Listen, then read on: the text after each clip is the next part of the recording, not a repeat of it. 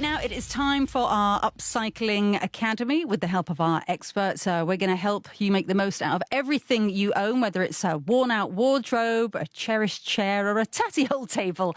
Our upcycling gurus are here to help give a new lease of life to those items so you don't need to throw them away. Good morning. And what are we focusing on this week then? What's the thing that sparked you up now? Well, shelving and storage, I think, everybody's always looking for somewhere to display their favourite knickknacks or looking to display or store things that are around the house. But the first things you have to think about are, what do you want to store? What do you want to literally shelve? And where's it going to go? What are the fixings? So the things that have kind of worked for me is either freestanding options, and this was actually inspired by, I'm being all filmic now, Rosemary's Baby, either side of her bed. It was sets of old bricks with a piece of glass in between to create.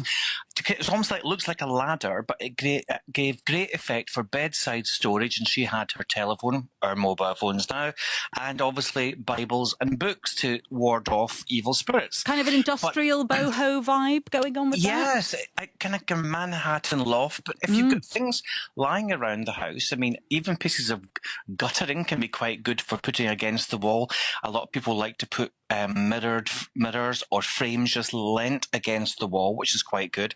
Again, think about good fixings. But even if it's a kid's room and you're looking for something, take their old crates in different colours and screw the bottoms of them onto the wall, because then you can have sort of plastic crates. It kind of looks quite kind of Mondrian colour block, a bit like that hair commercial with the different colour blocks. And you can put teddies. I would just suggest maybe lightweight things, but could be lighter books and things. But it's about looking about what you want to shelve and store and how you're going to fix it first and foremost. And I guess the big challenge, Laura, is how good are you at the old DIY, before you think about tackling it yourself? Because the big thing with shelves is A, getting them on straight, and B, getting them fixed firmly enough to hold whatever it is you're planning on displaying on them, right?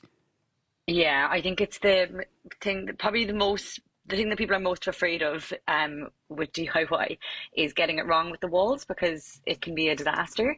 So like in my first book and a lot of videos I cover how to hang things on walls, because I think it's just a grey area for so many people. So the easiest way I describe it is there's three things you need to think about. The first thing is the type of wall you have. That will help all the next stages. So is it a hollow wall essentially, or is it a solid wall? Then you need to figure out the weight of your item and the weight of the stuff going onto it. Then that will tell you what kind of hanger you need to put in. And then it's the hanger itself, because there are, for example, if you're hanging something that's only 3 kg, you could use just a simple nail or one of the little gold hooks, the ones that you just put in with an angled nail. They're fine for that. So what you have on the packages of hangers is the weight that it can take and the type of wall that it suits. Then before you put anything into the wall, you need to make sure that you know what's behind it. So I often use like a laser. You just put it up against the wall and it'll beep when it's near pipes or electrics. And then you just need to make sure that, like, I personally would never hang anything over a bed, anything over the top of the stairs, heavy mirrors at that, even just from the point of view of like how uncomfortable it feels to be underneath it. That's true. But it gives you all that confidence if you make sure that you're checking as you go, not just driving something into a wall and hoping for the best. Okay. And do you think it is that it sounds simple, putting up a shelf, but I don't think it's something that I would attempt for that very reason you've said is, if it's poorly done, there can be some damage done, to this. Much easier I would than you call think. Laura. I would call Is that Laura. what you do, John? Listen, as long as there's a cocktail afterwards, decorative. John, I will come.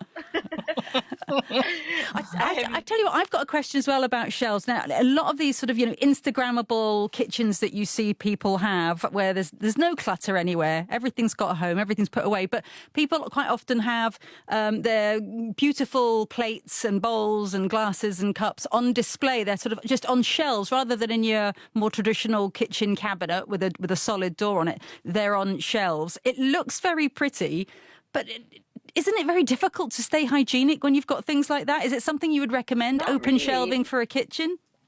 I would if it's got, for example, I'm doing a kitchen at the moment at work and we're taking off the top cupboards and putting in shelves next to the kitchen on either side of the hob, basically. Right. It depends on what you're putting on there.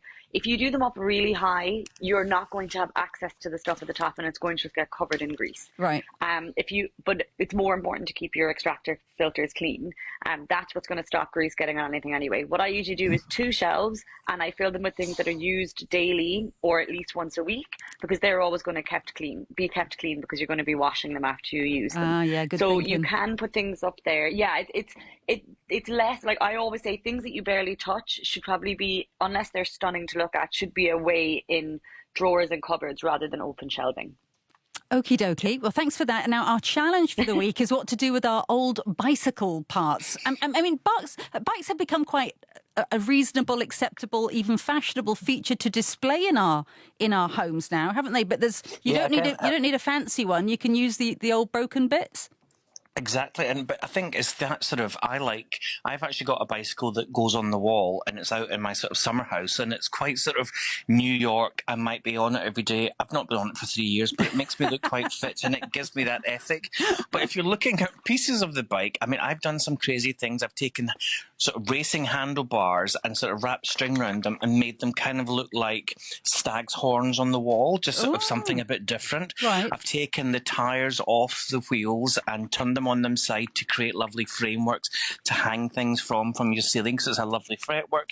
And even I've taken an old taken the tire off, and I've taken wool and string and woven it around all the spokes, and it creates a really lovely boho sort of rattan effect wall feature, so you can use it as a framework for weaving as well.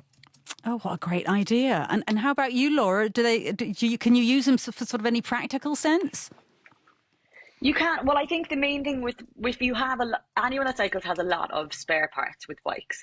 I think if it's not matching the bike you have right now, you're better off giving it to a bike. If you can't use it, give it to a bike shop. They know how to recycle, or they'll get it to somebody who'll use it. But if you have like the wheels and the handlebars, as John said, they're the kind of more pretty things that you can use. Basically, a lot of people will use, like I've seen a light fixture online where they put the wheel basically on its side and the bulbs that were hanging from it, so almost like a kind of a chandelier, but more like a kind of a steampunk light fitting. Right. So there's a lot of ways to reuse them, but people mainly use the handlebars and wheels.